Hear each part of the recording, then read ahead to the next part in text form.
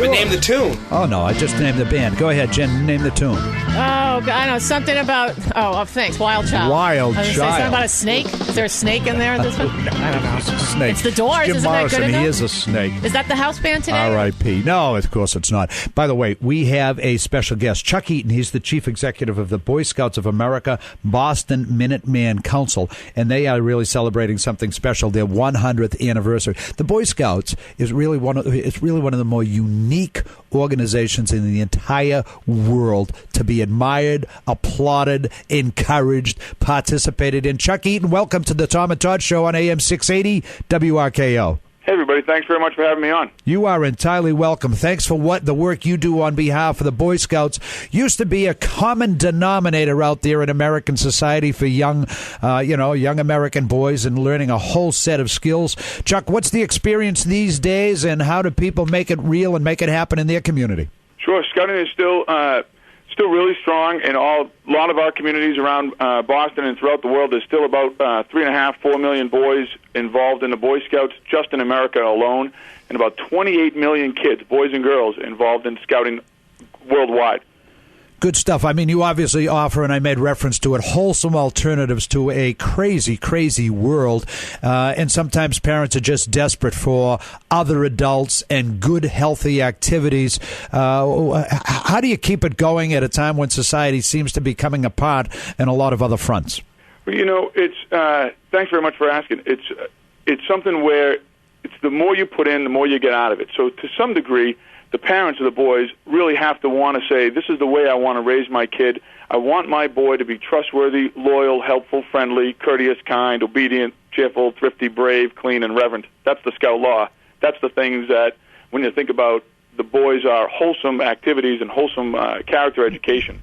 That's what Boy Scouting really teaches. Can you explain something? I just want to ask you real quick. I saw the film Up, and one of the characters in the film Up was a little boy, and he was a scout of some type. And all he did was work on badges. And I see a lot of young boys working on. What is the idea behind badges, and are there levels, and what does all that mean? I've always wanted to ask somebody. Sure, it's great. It's a recognition for a job well done. It teaches goal setting. When a young boy is 6 years old as a tiger cub, he may aspire to be eagle, and he can literally chart a course for himself from age 6 all the way to age 18 and say, this is what I want to do, and it's all completely achievable.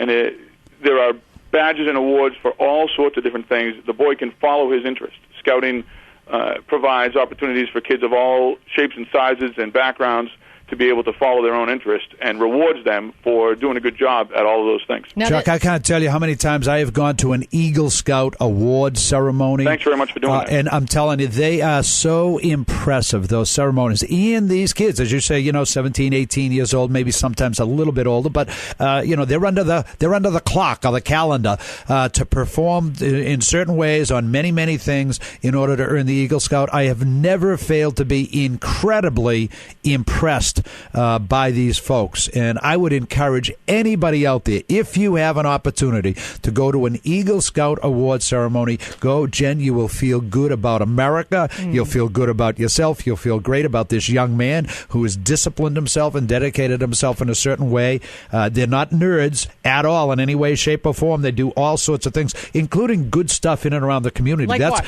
That's a part of it, is it not? Community improvement projects, Chuck? Yeah, the Eagle Scout, the whole idea of the Eagle Scout project, which is certainly the pinnacle, it's the highest rank that a boy can achieve in scouting, and he has to get it all done before he turns 18. And that event that you're talking about is really a rite of passage. It's really when the entire community says, this young man has done all those things, and he is a man now.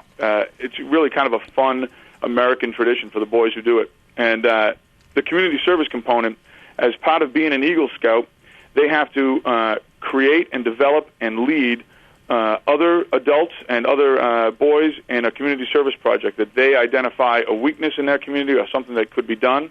They map the whole plan out. They recruit the volunteers. They often do some fundraising to come up with the money, and then they fix the problem, whether that's cleaning up or refurbishing a park, or and it has to be something outside of scouting. It has to be in the community. Yeah, they might fix a community room.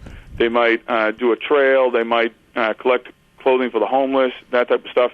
Yeah, pretty neat stuff. They do some amazing stuff. Tell us what's going on in the inner city neighborhoods, Chuck. I'm from Mattapan, and I know scouting is alive and well in the inner city, but sometimes the inner city parents just don't become fully aware of the option or the opportunity. It is tough. We're actually just about to launch a brand new Scout initiative called Scout Reach 2.0. We have tried over the years to really have a stronger presence in the inner city, and we certainly struggle there. There's no doubt about it. It's all about the parent involvement. And one of the things that in our first go-round, over the past maybe 15 years or so, we realized that the real resource that the folks in the inner city crave is a human resource.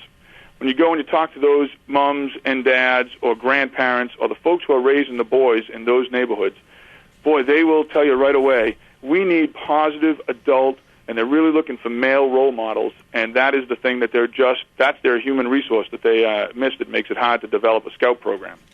So we've created a program that launches this year, 2011, that incentivizes the parents that are there and the guardians that are there to get them involved and use scouting as the way in which they raise their kids. Because when you talk to them and they talk about, I want my kid to be courteous and I want my kid to be brave and I want my kid to be trustworthy, they're all in.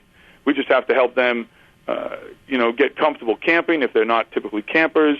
We incentivize them with some of the gear because sometimes that's a little bit out of their reach. Sure. Do I have to buy a tent? Do I have to buy a backpack? How do I get to the campground?